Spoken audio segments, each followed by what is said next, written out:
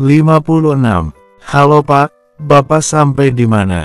Tanya Frans Direktur Agung Purnama Group. Kami masih di tol, sekitar 1 jam lagi akan sampai. Begitu saya sampai, saya tidak akan istirahat, kita langsung meeting. Ini masalah sangat penting. Sudah Pak, kami juga sudah menyiapkan bahan-bahan meeting yang Bapak minta. Hanya saja Pak Bian belum mau bergabung. Dia mau menunggu Bapak. Dia juga ingin melakukan press conference. Ngapain dia melakukan press conference? Masalah perusahaan lebih penting. Kami juga tidak tahu Pak. Dari tadi dia bersama dengan wakilnya berada dalam ruangannya terus. Pekerjaan kantor dan masalah penting lainnya tidak ada yang diurus. Kami juga tidak ada hak untuk memerintahnya Pak. Hanya Bapak yang berhak memerintah dan melarangnya. Baik, saya akan menghubunginya dan melarangnya melakukan press conference. Bilang pada Awan masukkan juga ini sebagai bahan meeting hari ini. Bian itu harusnya profesional, mendahulukan masalah perusahaan, bukan masalah pribadinya. Baik Pak. Agung Purnama mematikan sambungan teleponnya kemudian menghubungi Bian. Tut. Halo Dad, di mana kamu? Di ruanganku. Cepat ke ruangan meeting sekarang. Kalian harus melakukan meeting terlebih dulu. Saham Agung Purnama semakin turun, kamu harus mencari jalan keluar untuk masalah ini Bian. Di mana pertanggungjawaban kamu sebagai CEO? Bukan mencari jalan keluar masalah pribadi kamu sendiri. Ingat Bian, kekacauan ini terjadi karena kamu. Kamu Tut. Bian mematikan sambungan teleponnya. Bian. Marah Agung Purnama, berani-beraninya Bian mematikan sambungan teleponnya. Dasar anak kurang hajar, lihat saja nasib kamu akan aku buat sama menderitanya dengan nasib ibumu. Marahnya, kenapa Mas? Tanya Sinta yang sedari tadi hanya diam saja bersama Ayu. Ini Bian berani-beraninya mematikan teleponku. Benar-benar anak tidak tahu sopan santun. Ujarnya dan kembali mencoba menghubungi Bian. Tut, nomor yang Anda tuju sedang. Ah Bian, kesal Agung Purnama. Bian mematikan ponselnya. Pak, lebih cepat lagi bawa mobilnya. Iya Tuan, apa yang dilakukan Bian, Mas? Tanya Ayu. Dia mau melakukan press conference. Sepertinya dia ingin menyelesaikan masalahnya terlebih dulu. Ini tidak bisa dibiarkan Mas. Dia tidak bisa mendahulukan kepentingannya terlebih dulu di atas kepentingan perusahaan. Dia hancur sendirian tidak masalah. Apa dia tidak memikirkan nasib ribuan karyawan? Sikapnya benar-benar tidak mencerminkan sikap seorang CEO. Ujar Sinta. Iya, aku juga tahu itu, tapi masalahnya dia tidak mau mendengarkanku dan mematikan sambungan teleponku. Minta Frans membatalkan press conference-nya Mas. Aku yakin dia mau melakukan press conference di perusahaan. Ingatkan padanya itu bukan perusahaannya. Dia tidak bisa seenaknya di perusahaan itu.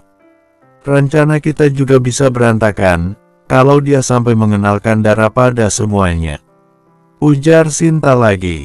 Iya, aku setuju sama Sinta Mas. Press conference itu harus dibatalkan. Paling tidak sebelum Mas memberi sanksi padanya. Dia harus dipecat terlebih dulu. Biar dia tahu rasa, sudah tidak ada lagi gunanya mempertahankannya. Kekacauan ini jelas terjadi karena dia, dan sekarang dia malah seenaknya. Ujar Ayu. Agung Purnama mengangguk dan kembali menghubungi Frans. Halo Pak, Frans, jangan biarkan Bian melakukan press conference. Ingatkan padanya, masalah perusahaan lebih penting. Jika dia masih nekat juga kacaukan acara press conference-nya. Usir semua wartawan yang mau melakukan press conference. Baik Pak, satu lagi, jangan biarkan Bian keluar dari kantor, bila perlu tarik dia ke ruang meeting. Jika dia masih melawan bilang ini perintah dari saya. Baik Pak, gimana Mas? Tanya Sinta begitu Agung Purnama mematikan sambungan teleponnya. Kalian tenang saja. Bian tidak akan bisa melakukan press conference di kantor. Dia bisa dimusuhi sama semua dewan direksi jika dia masih nekat melakukannya. Satu lagi, jika dia masih nekat juga, mungkin namanya akan kembali bersih, tapi aku sudah punya alasan kuat untuk memecatnya. Aku yakin Dewan Direksi dan pemilik saham yang lain juga pasti akan setuju denganku. Perusahaan Agung Purnama tidak butuh pemimpin yang egois. Jelas Agung Purnama, beneran dia bisa dipecat, Mas? Tanya Ayu. Tentu saja. Perusahaan sudah rugi besar dan jika dalam waktu dekat ini dia tidak bisa membuat keadaan kembali normal, maka tidak ada alasan untuk mempertahankannya. Perusahaan tidak butuh pemimpin yang kerjanya cuma buat rugi. Terus untuk ganti ruginya, Mas juga harus minta. Bila perlu suruh dia jual semua asetnya termasuk rumah dan apartemennya. Biar dia jadi gembel sekalian. Berani melawan pada kita. Rasakan sendiri akibatnya. Ujar Sinta berapi-api. Tentu saja aku akan melakukannya. Aku gak butuh anak yang suka melawan seperti itu. Tidak tahu terima kasih, sudah disekolahkan tinggi-tinggi, diberi jabatan CEO, dan sekarang malah melawan. Aku lebih baik urus anakku yang lain. Ujar Agung Purnama. Benar itu, anak Mas masih ada 3 lagi. Dan tentu saja mereka anak yang baik dan penurut. Ujar Ayu. 3 anak yang dimaksud, 2 anak Agung bersama Sinta dan 1 bersama Ayu. Iya sayang, ujar Agung Purnama. Sementara itu di dekat lobi perusahaan Agung Purnama tampak terjadi kekacauan. Ardi dan yang lainnya, yang sebelumnya sudah menyiapkan tempat press conference, disuruh kembali bekerja dan merapikan kursinya. Mereka dilarang melakukan press conference di area perusahaan. Ardi yang tidak terima melakukan perlawanan. Ini jelas perintah Bian. Perintah Bian itu mutlak dan tidak bisa diganggu-gugat. Franz dan yang lainnya juga keke melarang, karena mereka juga diperintah langsung dari Agung Purnama. Mereka saling adu debat, bahkan hampir berantem kalau tidak dicegah oleh Satpam. Satpam dan beberapa karyawan yang paling pusing dibuatnya. Udah keadaannya lagi kacau begini, sesama pemimpin juga ikutan kacau dan tidak sejalan. Dara yang baru saja sampai tampak terkejut melihat Ardi, Juna dan yang lainnya saling berdebat. Beberapa kursi dan meja juga sudah dijatuhkan. Dara langsung berlari ke arah lift. Bian harus tahu keadaan ini. Dara memilih naik lift khusus supaya cepat sampai. Dara menekan kuat tombol lift dan kembali berlari ke ruangan Bian. Pak Bian, Pak Bian, ujar Dara tidak sabaran sambil membuka ruangan Bian. Dara, ujar Bian langsung bangun dari duduknya. Ada senyum di wajahnya, akhirnya dia bisa bertemu Dara lagi. Dia sangat merindukan wajah cantik Dara. Gawat Pak. Terjadi kekacauan di lobi. Saya mendengar ada yang tidak setuju Bapak melakukan press conference di area kantor. Ujar Dara ngos-ngosan. Siapa yang melarangnya? Kaget Bian. Doni juga ikut kaget mendengarnya. Saya juga tidak tahu Pak, saya belum banyak kenal karyawan di perusahaan ini. Hanya saja saya tadi sempat mendengar, katanya itu perintah langsung dari Pak Agung Purnama. Saya juga mendengar, Bapak disuruh meeting menyelesaikan masalah perusahaan, bukan masalah pribadi Bapak. Bian mengepalkan tangannya. Bian cepat telepon Ardi, suruh Doni. Ah iya, ujar Bian dan langsung mengambil ponselnya. Baru juga Bian ingin menghubungi Ardi, Ardi sudah lebih dulu menelponnya. Halo Pak, Bapak dilarang melakukan press conference di area kantor. Bapak dan Pak Doni juga disuruh ke ruang meeting. Bian menggenggam erat ponselnya, tatapannya terlihat marah. Suruh Juna dulu untuk mewakili saya. Baik Pak, lalu bagaimana dengan press conference Bapak? Press conference ini juga sangat penting Pak. Saya bicarakan dulu dengan Doni. Baik Pak, Bian mematikan sambungan teleponnya. Gimana Bian? Kita gak bisa melakukan press conference di sini Doni. Mereka minta kita meeting. Gue tahu masalah perusahaan juga sangat penting saat ini, tapi paling tidak kita harus menyelesaikan masalah skandal ini dulu. Menurut lo, kita harus bagaimana sekarang? Gue juga inginnya press conference dulu Bian, Tapi masalahnya kita harus press conference di mana? Pak, bagaimana kalau depan perusahaan ini saja? Bukankah di depan situ ada restoran? Kita bisa pakai parkirannya. Usul Dara. Bian dan Doni menatap Dara. Masalahnya kita harus minta izin dulu Dara, sedangkan waktu kita sangat mepet. Belum lagi kita harus menyiapkan semuanya. Begitu Pak Agung Purnama datang, kami berdua sudah harus di kantor ini. Ujar Doni. Ratu juga sudah sampai Pak, kita bisa menyuruh Ratu meminta izin, sekaligus menyiapkan semuanya. Kita juga bisa menyewa restoran itu untuk beberapa jam Pak. Bila perlu nanti kita borong semua makanannya dan kita berikan pada wartawan yang hadir. Dengan begini, Bapak juga tambah nilai kebaikannya. Jelas Dara, ide kamu boleh juga Dara. Doni cepat telepon Ratu. Gue juga mau telepon Ardi biar bantu mengurus. Oke, gue telepon Ratu sambil jalan saja, sekalian mau bantu ngurusin. Kalian juga persiapkan diri saja. Kurang lebih dalam waktu 15 menit, kalian juga sudah harus di restoran itu. Ujar Doni mengambil ponselnya kemudian keluar dari ruangan Bian. Bersambung, 57. Oke Mas Doni, ujar Ratu kemudian mematikan sambungan teleponnya. Ratu berlari ke restoran depan kantor Agung Purnama. Ratu jalan ke arah meja resepsionis. Permisi Mbak, bisa saya bertemu dengan pemilik restoran ini? Resepsionis langsung menatap Ratu dari atas sampai bawah. Jangan tatap saya seperti itu Mbak, saya tahu saya cantik. Mbak tolong pertemukan saya dengan pemilik restoran ini masalah penting Mbak. Maaf Mbak, bos kami sedang tidak ada di tempat. Kalau begitu, saya ingin bertemu dengan penanggung jawabnya. Mbak ini saya minta tolong banget, masalahnya sangat penting Mbak. Saya ingin menyewa restoran ini untuk beberapa jam, dan membeli semua makanannya. Resepsionis itu hanya diam dan menatap tidak percaya pada Ratu. Gimana Ratu? Tanya Doni dari belakang Ratu. Ratu dan resepsionisnya menoleh. Resepsionisnya bahkan langsung menegapkan tubuhnya. Dia kenal dengan Doni, dan dia juga sangat tahu, Doni saat ini sedang menjadi perbincangan hangat. Bosnya tidak ada di tempat Mas, saya ingin bertemu dengan penanggung jawab. Mbaknya hanya diam saja. Mbak ini pacar saya, dan saya tidak mungkin menipu Mbak, apa perlu saya tunjukkan kartu nama saya? Ujar Ratu. Pak pacar, ucapnya kaget. Iya Mbak, Mas Doni ini pacar saya. Mbak tahu kan dengan gosip-gosip yang sedang viral saat ini.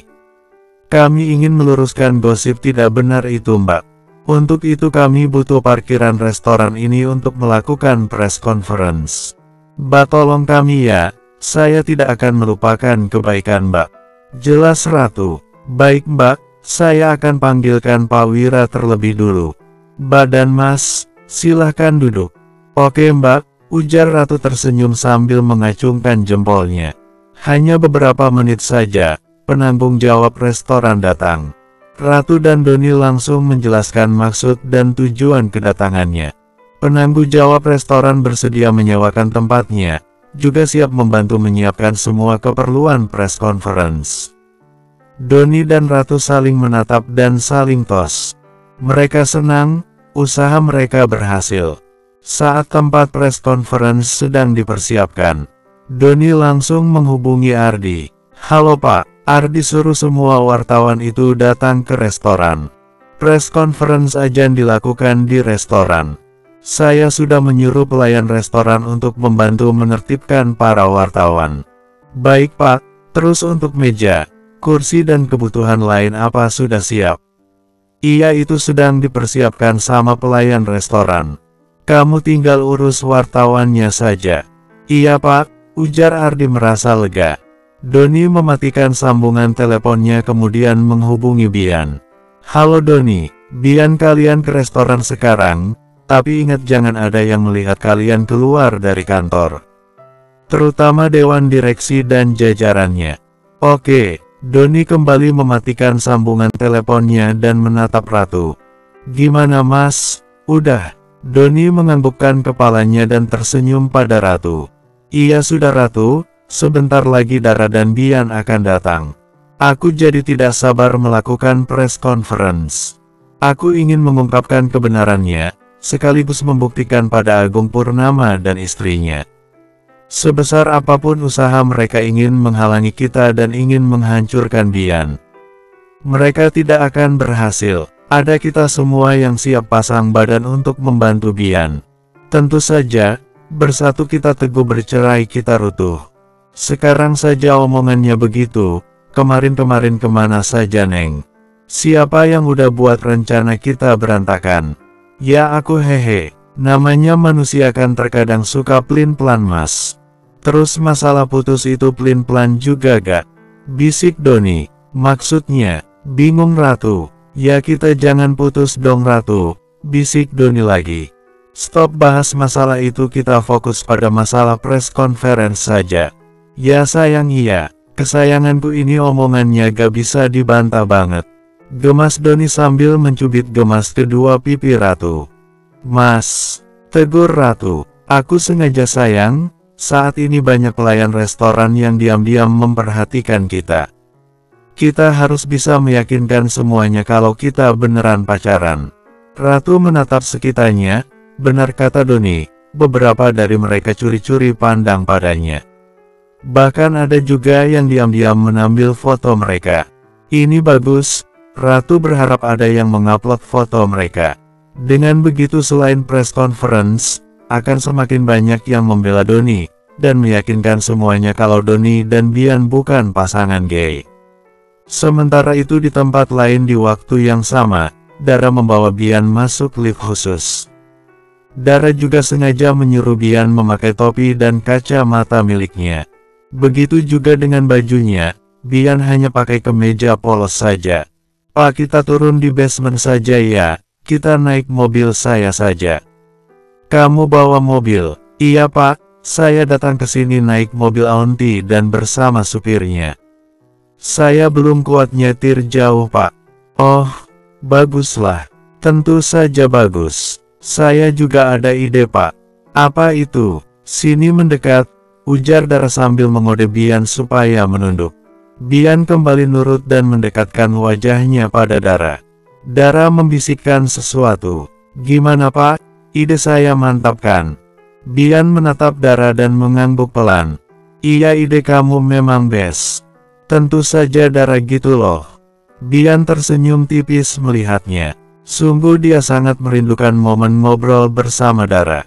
Bian kemudian meraih tangan Dara dan menggenggamnya erat.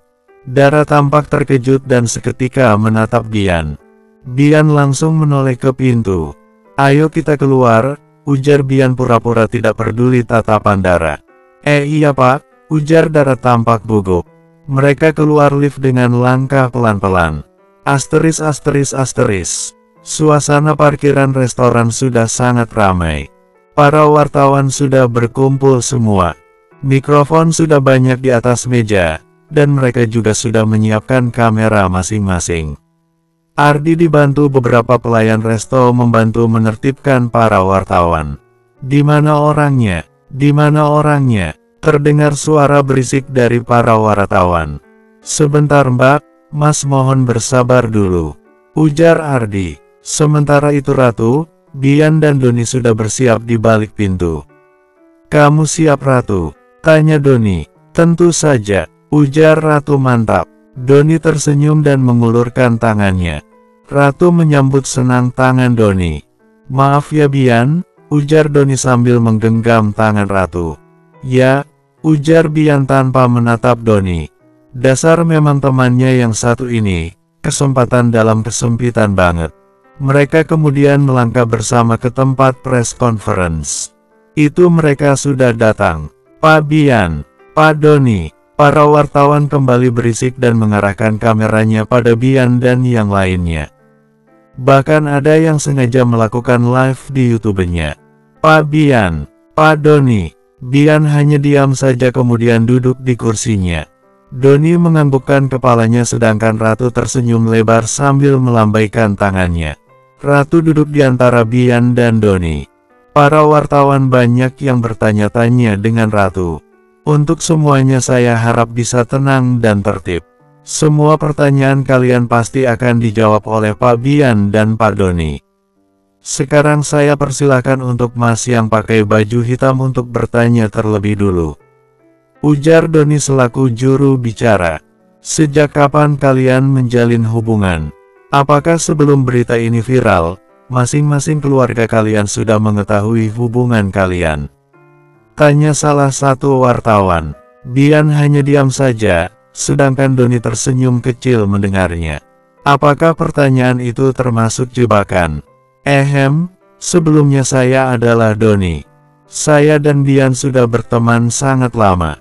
Orang tahu kami juga tahu kami berteman, dan ingat hubungan kami hanya teman atau sahabat.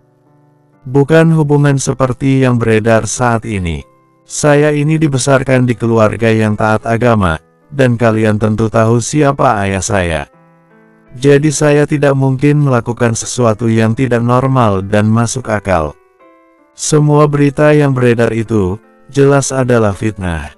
Jelas Doni, tapi foto-foto itu terlihat real Pak. Kalian bahkan ada melakukan kiss. Ujar wartawan lain. Foto itu memang real, hanya saja foto yang terlihat seperti kiss itu jelas adalah trik kamera. Lagian apa menariknya Pak Bian? Pacar saya jauh lebih menarik dari dia. Pak Doni sudah punya pacar, dan itu bukan Pak Bian. Tentu saja bukan Bian. Ini perempuan yang di samping saya ini adalah pacar saya. Dia sangat cantik dan imut bukan? Namanya adalah Ratu. Di mata saya yang bening jauh lebih menarik daripada yang brewok. Ratu yang diam saja tersenyum pada para wartawan, saat banyak wartawan yang menatap padanya. Perempuan yang di samping Bapak beneran pacar Bapak. Tapi kenapa selama ini Bapak merahasiakannya? Dari berita yang beredar Bapak bahkan tidak pernah dekat dengan perempuan lain. Satu-satunya yang dekat dengan Bapak adalah Pak Bian. Tentu saja Ratu beneran pacar saya. Saya tidak merahasiakannya. Hanya saja saya punya privasi. Ratu bahkan sudah kenal dengan orang tua saya. Beneran sudah kenal dengan orang tua Pak Doni? Tanya wartawan beralih pada Ratu. Tentu saja saya sudah kenal. Oke, biar beritanya tidak semakin digoreng-goreng nantinya, dan biar clear hari ini juga. Saya bisa menunjukkan kedekatan saya dengan orang tua Mas Doni. Ujar Ratu kemudian mengeluarkan ponselnya. Ratu menunjukkan foto yang diambilnya saat di rumah sakit. Ini kalian lihat semua, ini ada foto saya dengan Om Haris, Tante Dona, dan juga Mbak Diandra. Di sini juga ada foto saya saat jalan-jalan dengan Mas Doni. Ini juga ada foto saya dengan Mas Doni dan adik saya. Ujar Ratu sambil menunjukkan ponselnya. Kalian bisa lihat jelas bukan? Ini jelas foto real dan bukan editan. Bagi yang mengikuti berita ini, saya yakin kalian tahu kapan foto ini diambil, dan ini diambil 1 jam yang lalu.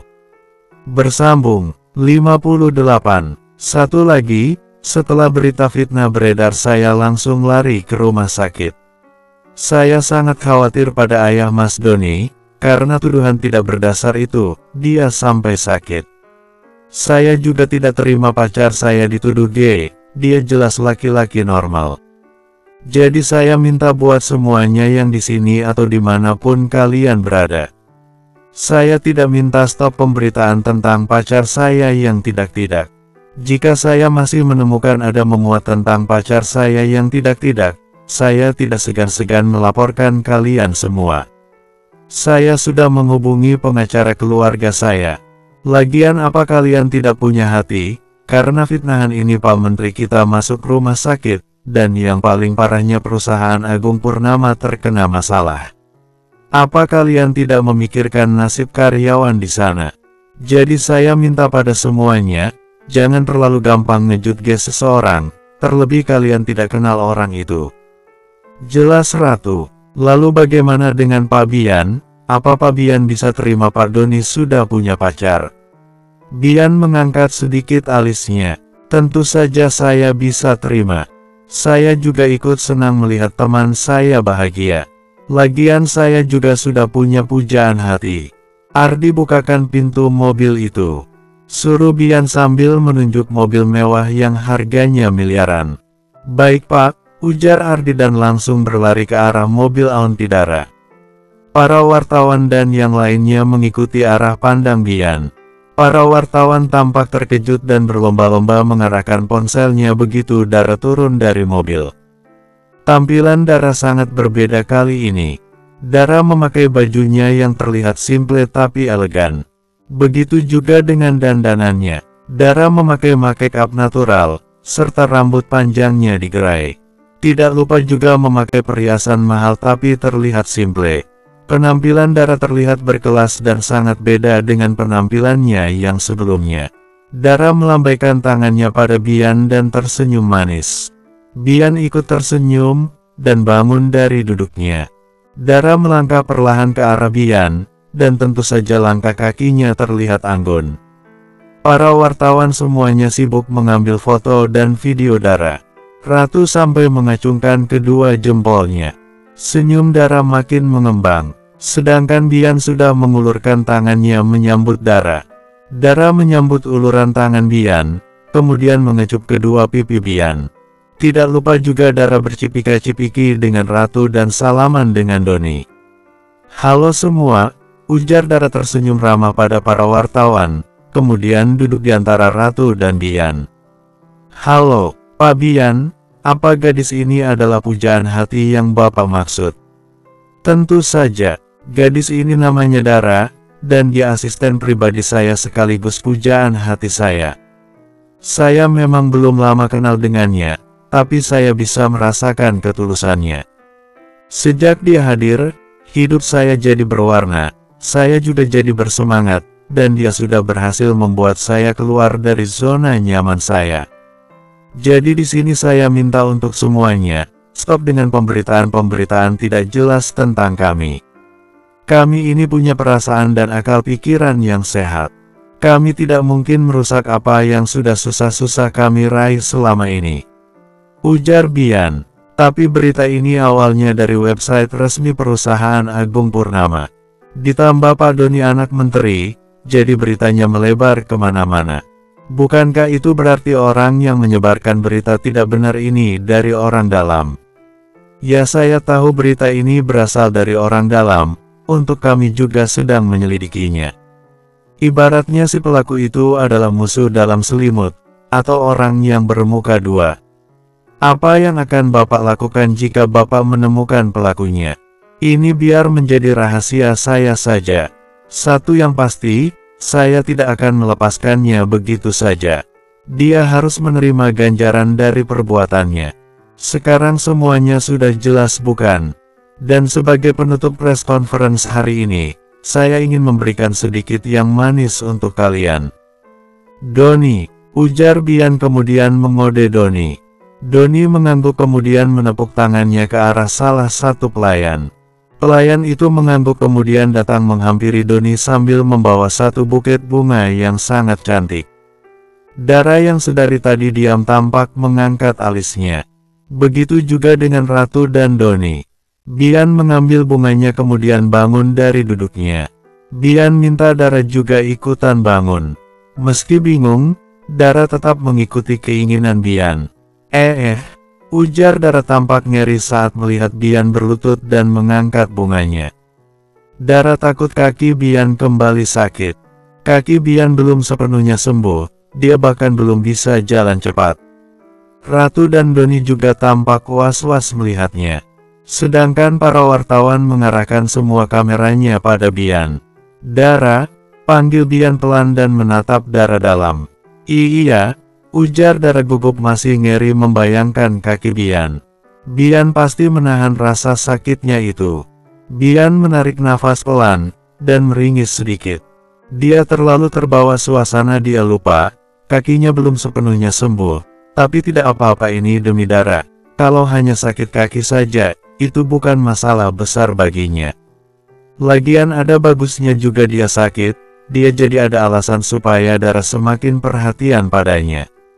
Di hadapan semuanya, aku ingin terus terang pada kamu. Kita memang belum kenal lama, Tapi sejak hadirnya kamu, sudah begitu banyak yang berubah dalam hidupku.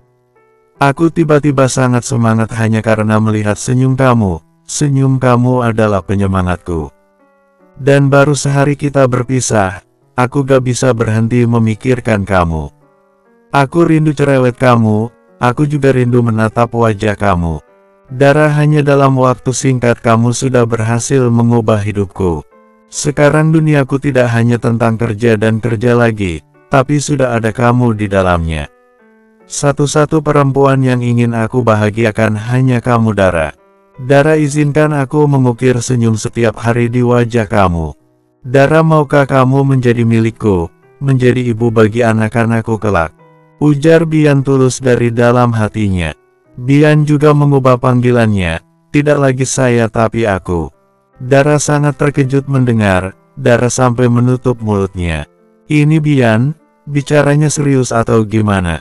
Dari matanya dia terlihat sangat serius.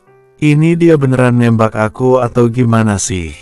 Kami belum ada bahas ini sebelumnya. Aku harus jawab apa ini? Bingung Dara. Sementara itu Ratu juga tidak kalah kagetnya. Dia seketika pusing. Ini Mas Bian beneran nembak adik tirinya sendiri. Mas Bian jangan gila dong. Batin Ratu semakin pusing. Beda halnya dengan Doni. Doni yang sudah tahu kalau Bian bukan anak kandung Agung Purnama, tampak tersenyum senang. Akhirnya Bian menyadari perasaannya dan mau mengungkapkan semuanya. Ada rasa salut juga di hati Doni. Bian berani mengungkapkan perasaan di depan banyak orang, ini sungguh luar biasa. Ini beneran Bian yang keluar dari zona nyamannya. Dara, panggil Bian saat Dara hanya diam saja. Iya, ini bae kamu beneran gimana ya? Ini kamu beneran nembak saya? Ujar Dara bingung sendiri. Tapi tidak bisa dipungkiri, ada satu sisi dalam dirinya merasa senang. Bian mengangguk mantap. Tapi, cepat jawab Dara, jangan pakai kata tapi. Ini kaki saya semakin sakit. Harusnya Dara, peringat Bian dan menatap Dara. Rasa sakit di kakinya semakin menyerang karena kelamaan berlutut. Beberapa para wartawan sampai tersenyum melihatnya. Dara jadi tidak tega. Baiklah, saya mau jadi milik Bapak, jawab Dara. Dara tidak mau muncul masalah lagi kalau dia menolak Bian. Senyum Bian mengembang, dia langsung bangun dari berlututnya dan memeluk Dara erat. Terima kasih Dara, aku janji akan jadi laki-laki yang bisa buat kamu tersenyum setiap hari. Ujar Bian, meski masih ada bingung campur ragunya. Dara tetap menganggukkan kepalanya. Para wartawan kembali berisik, bahkan ada beberapa di antara mereka yang menggoda Dara dan Bian. Pak Biannya seromantis itu, dia juga terlihat sangat mencintai Dara. Hanya orang tidak waras yang tega-teganya menuduhnya gay. Ujar salah satu wartawan. Bian tersenyum senang mendengarnya. Ada perasaan bahagia dan lega di hatinya. Akhirnya dia bisa mengungkapkan apa yang menjadi beban pikirannya. Sementara itu di tempat lain, tampak Ayu dan Sinta menatap kesal pada ponsel mereka. Sinta sampai mematikan kasar ponselnya. Bian berhasil melakukan press conference, dan hanya dalam waktu singkat keadaan seketika berbalik. Orang-orang yang tadinya menghujat dan mengata Bian, sekarang malah memujinya. Mereka memuji keberanian Bian, romantisnya Bian dan gantengnya Bian. Mereka juga memuji kecantikan Dara yang sangat alami. Bian dan Dara terlihat sangat cocok, sama-sama cantik dan ganteng, dan sama-sama terlihat sederhana tapi berkelas. Tunggu, kenapa Bian mengutarakan perasaannya pada Dara? Bukankah Dara itu istrinya? Tanya Ayu. Bersambung, 59. Untuk teman-teman wartawan yang sudah hadir, kami ucapkan terima kasih. Berhubung Pak Bos baru saja jadian, dan untuk merayakan hari kebahagiaannya, dia akan menraktir kalian semua. Jadi kalian bisa makan sepuasnya di restoran ini. Tapi ingat, jangan lagi muat berita yang asal comot lagi yang belum tentu kebenarannya. Tulislah sesuai fakta yang kalian lihat. Selamat siang, ujar Doni. Ini kita beneran ditraktir Pak Doni. Tanya salah satu wartawan. Tentu saja, tapi sebelumnya, saya minta pada semuanya untuk mempersilahkan Bian pergi. Kami harus segera sampai kantor. Kami ada meeting penting, ujar Doni. Terima kasih Pak Doni, terima kasih Pak Bian. Semoga hubungannya langgeng sampai pernikahan. Teman-teman ayo kita minggir, kasih jalan. Kasih jalan, ujar salah satu wartawan dan langsung membantu menertibkan teman-temannya. Sama-sama, ayo sayang, ujar Bian sambil bangun dari duduknya dan mengulurkan tangan pada Dara. Dara menatap Bian dan menyambut uluran tangan Bian, meski benaknya masih penuh tanda tanya. Kami duluan semua, ujar Dara tersenyum sambil melangkahkan kakinya bersama Bian. Mereka melangkah pelan-pelan ke arah mobil dan tentu saja momen manis mereka banyak diabadikan oleh para wartawan. Cie-cie, terdengar godaan dari para wartawan saat Bian membukakan pintu mobil untuk Dara. Dara tersenyum, wajahnya sampai merona merah karena malu. Seumur hidupnya baru kali ini mendapat perlakuan manis dari seorang laki-laki dan di hadapan banyak orang lagi. Ratu dan Doni juga ikut tersenyum melihat Dara dan Bian. Ratu, aku duluan ya. Kami harus sampai kantor sebelum Pak Agung Purnama sampai. Kamu tolong bantu urus ini dulu semua ya, ujar Doni. Oke mas, ujar Ratu mengacungkan jempolnya. Doni tersenyum dan mengacak rambut Ratu. Kami pergi dulu semua, ingat kalian makan saja sepuasnya. Di sini ada pacar saya yang akan mengurus pembayarannya. Selamat menikmati dan selamat bekerja untuk kalian semua, ujar Doni kemudian membuka pintu mobil.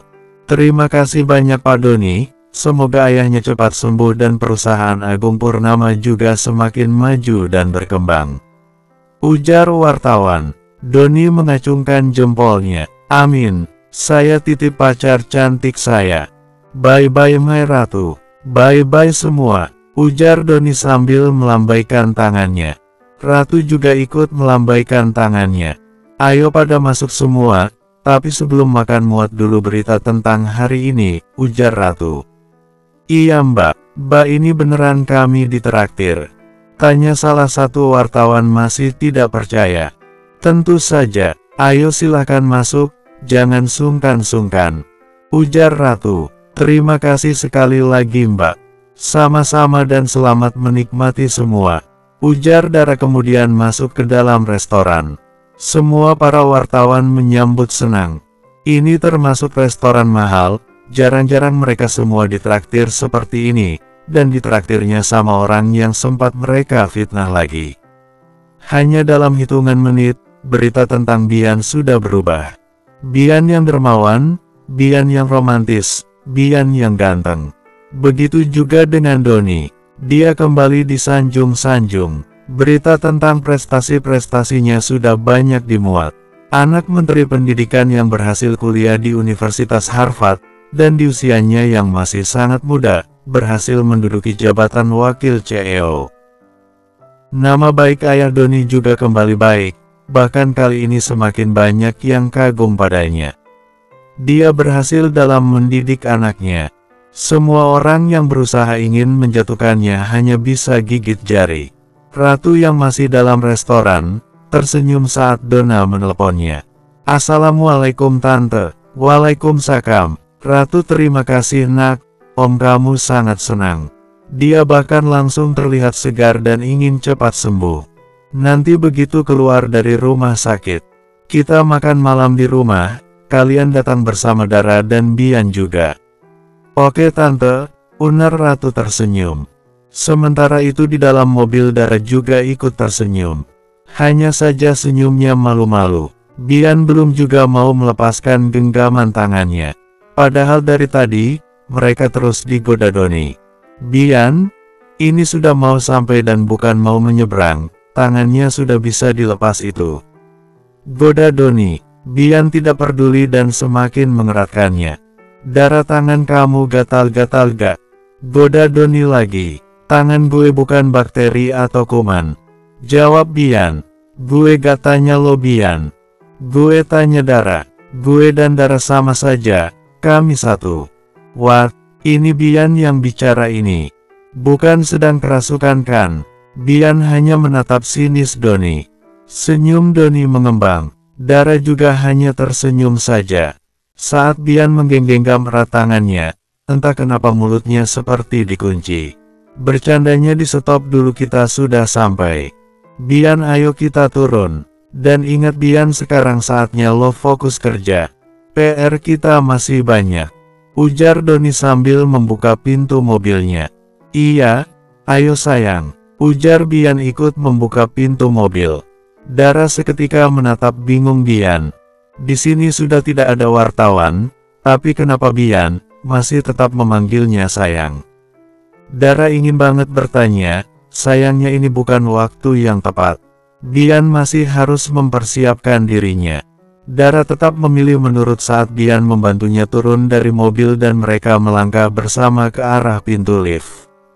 Dara, Bian dan Doni sama-sama menoleh saat melihat satu mobil lagi masuk basement, kemudian parkir dekat mobil Bian.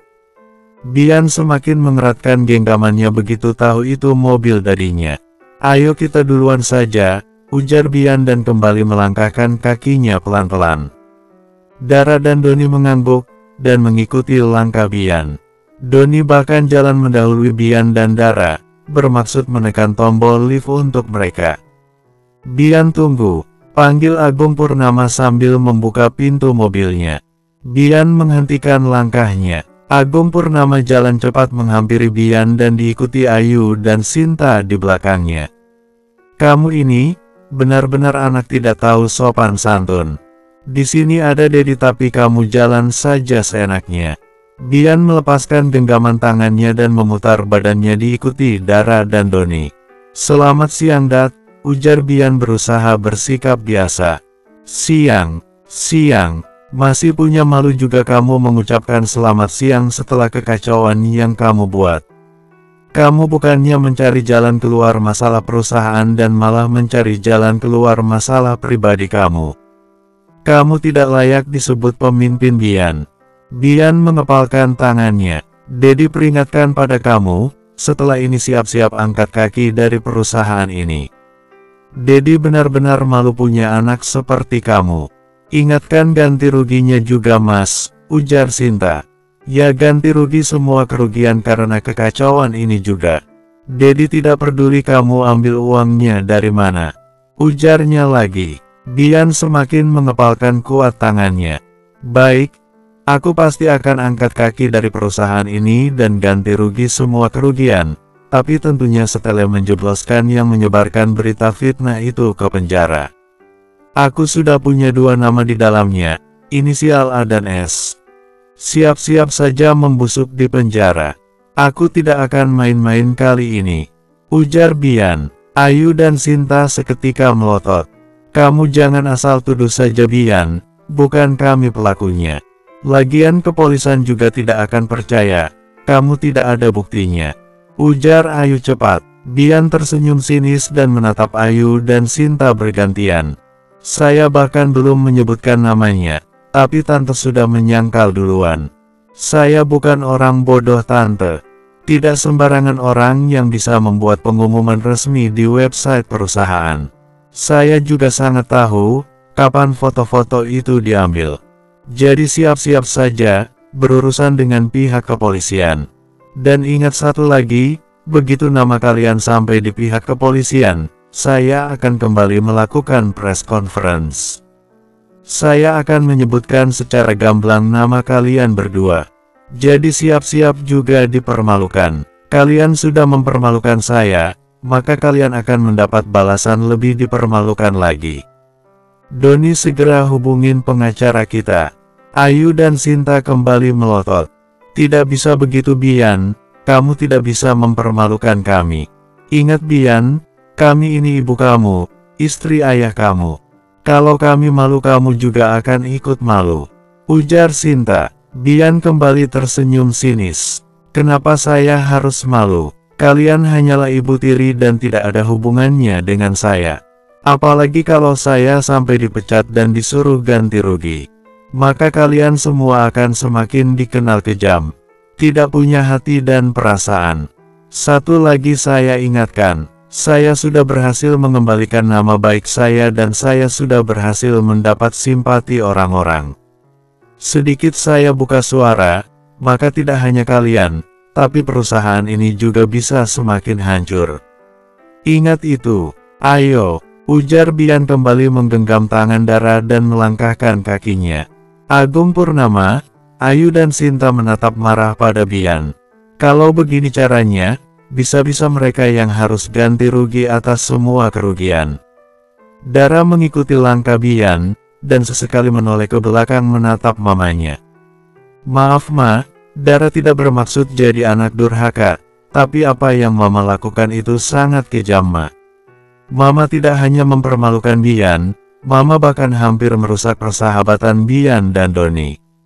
Batin Dara bersambung. 60. Aku meeting dulu, kamu tunggu aku di sini dan jangan pulung dulu. Ujar Bian begitu mereka sampai di ruangan Bian. Hanya Dara dan Bian. Doni sudah pergi ke ruang meeting. Iya, bagus, kiss dulu. Ujar Bian sambil mendekatkan wajahnya. Ih bapak jangan aneh-aneh deh, ujar Dara merasa malu. Siapa yang aneh-aneh? Apa salah seorang pacar minta kiss pada pacarnya? Ujar Bian tidak mau kalah. Pak kita beneran pacaran, menurut kamu, udah saya mau meeting dulu. Kap, Bian mengecup pipi Dara. Pak Bian, kaget Dara dan beberapa detik kemudian wajah Dara terasa panas dan memerah. Bian hanya senyum saja kemudian keluar dari ruangannya. Aku pergi dulu sayang, dan ingat jangan pulang. Aku tidak lama, ujar Bian kemudian menutup pintu ruangannya. Dara hanya diam dan menatap pintu Bian yang sudah ditutup. Dara menggaruk kepalanya yang tidak gatal. Aku beneran pacaran dengan Pak Bian. Ini beneran gak sih? Dia juga gak lagi menyebut saya tapi aku. Bingung Dara. Dara menghentikan menggaruk kepalanya saat mendengar ponselnya berbunyi. Dara jalan ke arah tasnya kemudian mengambil ponselnya. Bunda, gumam Dara. Alis Dara seketika terangkat begitu mengingat apa terjadi saat press conference. Apa yang harus dia katakan? Bagaimana kalau bundanya menanyakan tentang Bian? Assalamualaikum Bunda, ujar Dara perlahan. Waalaikumsalam. Cie anak gadis Bunda udah gak jomblo lagi ehem-ehem. Goda dia. Bunda, Dara gak jadian dengan Bian, itu hanya pura-pura Bunda. Pura-pura gimana? Bian bicara serius begitu. Bunda perhatikan ucapannya juga tulus dari dalam hati itu. Lagian Bunda dan Ayah tidak akan melarang kamu jadian sama dia. Bunda juga sudah bicarakan ini pada Ayah dan Ayah setuju. Hanya saja Ayah minta, Dara bawa Bian segera ke rumah kenalkan pada Ayah dan semuanya. Dara kembali menggaruk kepalanya. Ini bisa gawat ini kalau ayahnya juga ikut menelponnya dan memintanya mengenalkan Bian. Bagaimana kalau ayahnya tahu, Bian anak dari Agung Purnama, suami dari mantan istrinya? Bisa-bisa ayahnya marah padanya. Bukan begitu Bunda, hubungan Dara dan Bian itu tidak seperti kelihatannya. Intinya kami tidak benar-benar pacaran Bunda. Kami hanya pura-pura Bunda, ini demi membersihkan nama Bian. Dara yakin. Dara dengarkan Bunda. Bunda memang baru kenal dengan Bian, tapi Bunda bisa merasakan ketulusannya dan seriusnya dia pada Dara. Bian juga laki-laki yang baik, dia tidak suka main perempuan, dia juga bukan pemakai obat terlarang. Dia juga sangat pekerja keras. Dia tidak jauh beda dengan ayah, nak. Jadi Bunda rasa laki-laki seperti Bian yang pantas menjadi pendamping Dara. Satu lagi yang paling penting, dia tulus sayang pada Dara, dan ingin semua yang terbaik buat Dara. Percaya pada Bunda, Dara tidak akan menyesal membuka hati pada Bian. Jelas deh, Bunda tunggu. Bunda berkata seolah sudah kenal pada Bian. Bunda, Bian tidak seperti kelihatannya. Dia juga tidak romantis. Dia bahkan tidak mau mengalah Bun, dan sukanya perintah-perintah. Bunda memang sudah kenal dengannya nak.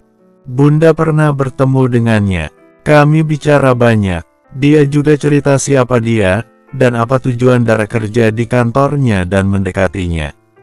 "Bu Bunda," ujar Dara seketika gugup, teringat dengan ibu kandungnya. "Bunda tidak apa-apa sayang. Bunda sebelumnya sudah membicarakan ini dengan ayah. Ayah juga tidak marah." Dara menemui ibu kandung Dara. "Dara memang seharusnya menemui dia, nak." "Bunda," lirih Dara. "Terima kasih Bunda, terima kasih sudah mengerti posisi Dara, dan maafkan Dara, gak berani terus terang dari awal." "Tidak apa-apa nak, Bunda mengerti." Bunda ada dengar cerita tentang ibu kandung Dara dari Bian. "Dara yang sabar ya, tetap doakan dia dan jangan pernah membencinya." "Iya Bunda, itu pasti Bunda, karena biar bagaimanapun dia tetap ibu kandung Dara.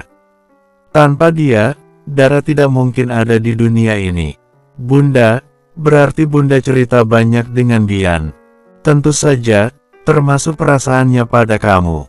Makanya Bunda dukung dia." "Tapi Bunda, dia kan anak tiri Mama." "No sayang, Bian sudah cerita tentang siapa dia sebenarnya.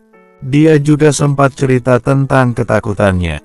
"Dara jangan khawatir, ada Bunda dan Ayah yang siap membantu kalian. Jadi Dara jangan khawatir lagi oke?" "Iya Bunda, tapi Ayah beneran mau bantu Bun." "Tentu saja sayang, Dara adalah prinsesnya. Dia pasti ingin yang terbaik buat Dara. Jadi sekarang sebaiknya Dara telepon Ayah, ceritakan semuanya padanya. Ayah pasti senang mendengar curhatan prinsesnya." "Iya Bunda, terima kasih Bunda." "Sama-sama sayang." Sementara itu di ruang rapat, tampak Bian menatap semuanya dan menarik nafas pelan. Sudah banyak yang mereka bahas, terutama tentang saham dan mencari jalan keluarnya. Agung Purnama juga tidak berani menyalahkan Bian, dia justru membela Bian dan berusaha mempertahankan Bian. Dia ada perasaan was-was dengan ancaman Bian. Perbuatan mereka sudah terlanjur diketahui Bian. Jadi biarlah untuk saat ini dia dan istrinya mengalah saja. Setelah ini, mereka akan pikirkan jalan untuk menyingkirkan Bian. Semakin kesini, Bian semakin meresahkan, jadi tidak baik kalau terus dibiarkan. Baiklah untuk semuanya sekali lagi saya minta maaf dengan kekacauan yang sudah terjadi. Saya berjanji akan lebih berhati-hati lagi, dan akan lebih bekerja keras lagi. Saya juga butuh kerja sama kalian semua. Untuk beberapa hari ini kita sama-sama bekerja keras, agar saham Agung Purnama kembali normal.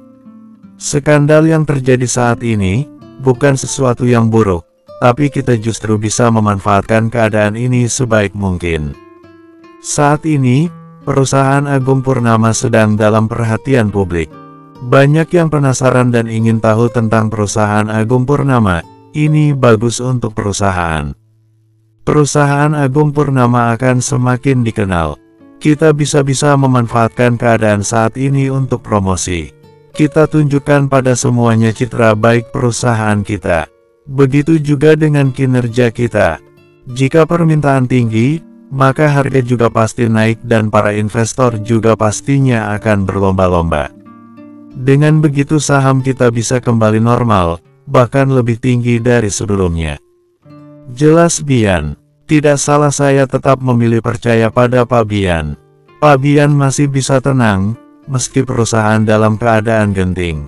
Pak Bian juga tahu, apa yang harus dilakukan terlebih dahulu. "Pak Bian, saya siap bekerja lebih keras lagi demi perusahaan," ujar Direktur Keuangan. Bian menganggukkan kepalanya. Doni, Ardi dan Juna tersenyum lega mendengarnya. Hanya Agung Purnama dan Frans yang terlihat masam mukanya. Terutama Frans, gagal sudah kesempatannya jadi CEO. Di lain ruangan di waktu yang sama, Dara yang sudah selesai menelpon ayahnya, memilih keluar dari ruangan Bian. Dia ingin ke pantry mengambil minuman. Prok prok prok. Dara yang baru saja keluar dari ruangan Bian menoleh ke asal suara. Di mejanya tampak Sisi menatap tidak suka pada Dara. "Hai Mbak," ujar Dara berusaha bersikap biasa. "Hebat ya, masih anak baru sudah jadi pacar CEO. Abis dari dukun mana lo?" Atau jangan-jangan lo sengaja lagi menjebak Pak Bian saat di Bandung? Sindir Sisi. Terima kasih Mbak atas pujuannya, kata ayah saya, dari dulu saya memang hebat. Mau saya ke dukun atau menjebak Pak Bian, itu sama sekali tidak ada hubungannya dengan Mbak Sisi. Ingat badan saya itu sama saja, sama-sama karyawan. Jadi Mbak tidak berhak mengatai saya seperti itu. Tentu saja gue berhak Dara. Gue sudah lama mengincar Pak Bian, lalu lo yang baru datang, seenaknya saja merebut dia dari gue. Apa lo tidak punya harga diri? Bian itu milik gue Dara, gue yang lebih dulu mengenalnya. Saya tidak merebutnya dari Mbak. Pak Bian sendiri yang memilih saya. Gue tidak percaya, gue sangat tahu Pak Bian. Pak Bian gak semudah itu bisa dekat dengan perempuan. Gue yakin lo pasti melakukan sesuatu padanya. Lihat saja gue gak akan diam saja. Gue pastikan akan bongkar semua perbuatan jahat lo di hadapan Bian dan semuanya. Bongkar saja, saya tidak peduli. Ujar Dara kemudian melangkahkan kakinya meninggalkan Dara. Hei Dara, tunggu gue belum selesai. Dara cuek saja dan terus melangkahkan kakinya. Tidak jauh dari mereka tampak Sinta tersenyum senang. Dia mendengar semua pembicaraan Dara dan Sisi. Kecurigaannya ternyata sudah terbukti. Dia merasa ada yang tidak beres dengan hubungan Dara yang Bian. Sebelumnya Sinta memang sengaja masuk ke dalam kantor ingin mencari tahu lebih banyak tentang Bian dan Dara. Dan fakta yang baru saja didengarnya, sungguh kabar bagus. Dia harus membicarakan ini dengan Ayu.